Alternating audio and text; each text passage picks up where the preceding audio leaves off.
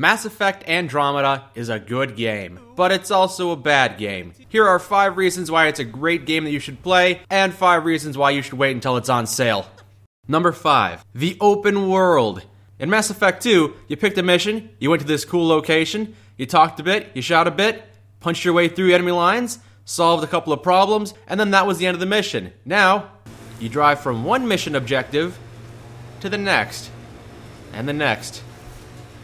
And all the environments look the same, because it's all in one giant open world. There's only like 5 planets in this game anyway, so not a whole lot of variation. Good thing number 5, the combat is still solid. It's Mass Effect 3's combat. You tackle different problems, jump around, fly around, go attack from different, set one of your companions here, go around here, fire electricity everywhere, and if they survive, I shoot at them with my gun. It's pretty good combat, you guys. Bad thing number 4, there's nothing new in this game. You've left the Milky Way Galaxy to go to an entirely new galaxy, and there's nothing new here. You found maybe you could say you found 2 new aliens, and they're not very interesting. The Krogan are still being treated like garbage. They don't get their own arc, they don't get their own Pathfinder. The Initiative is a bunch of bureaucrats that get in your way. Kadara is Omega, it's a crime planet. Even your teammates are just the same teammates from Mass Effect 1 with a different coat of paint. You've got Cora and Liam here, just slightly more boring versions of Ashley and Caden. You've got this very impetuous young Asari who spends most of her time by herself digging up ancient alien secrets. You've got this tough, battle-hardened, grizzled veteran Krogan, who's pretty much just a carbon copy of Joker from the first Mass Effect game. And then you have Jal, this alien that disagrees with his military leadership, so he trusts you and joins your team, even though he's unsure of himself. He likes to take apart technology, put it back together, calibrate it, see how it works. He has a visor covering one eye, and he's got a scar on the side of his face. Good thing number 4, Liam's loyalty mission.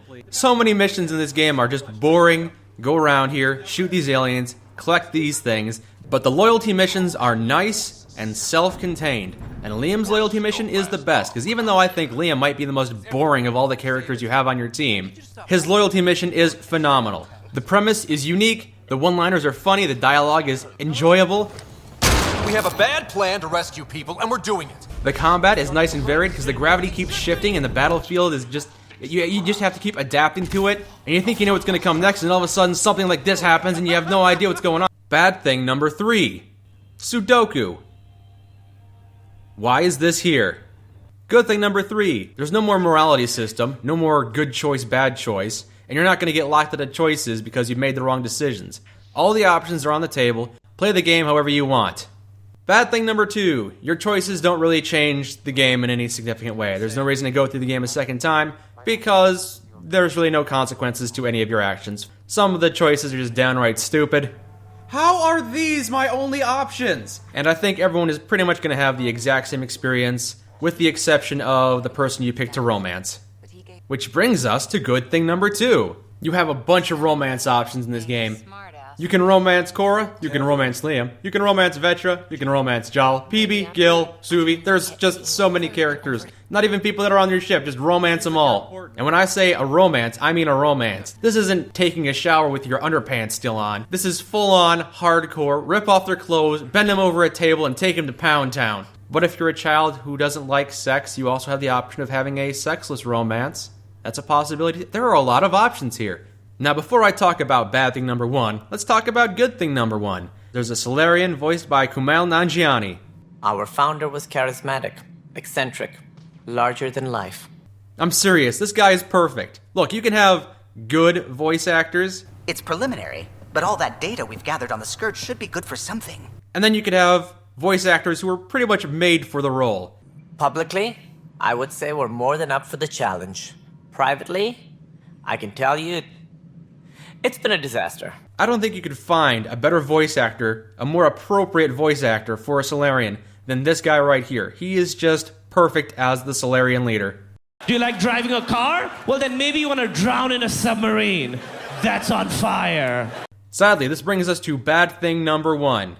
And it's quite a large oversight by BioWare. I'm shocked. I am absolutely appalled that this somehow got through QA testing. Look at this scene right here. Nothing much. Just hoping to research something in my spare time. Did you see it? Watch it again. Nothing much. Just hoping to research something in my spare time. You noticed that, right? The Silurian eyes are wrong. The Silurian eyes are wrong. In all previous Mass Effect games, Silurians had one eyelid that blinked from the bottom up. This time, they have two eyelids. Why do they have two eyelids now? Every Silurian is like this. Are we supposed to just believe that every Silurian that came to the Andromeda Galaxy has the same physical birth defect? Do you even read the source material? Are you paying attention? Patch 1.05. Asarian humans' eyes are fixed. Where is the Silurian eye patch? When is that coming out? You didn't fix the Silurian eyes yet. Silurian eyes are still wrong. If you want proof that EA has destroyed BioWare, look no further. Look no further than the Silurian eyes. That was a pun, I'm sorry.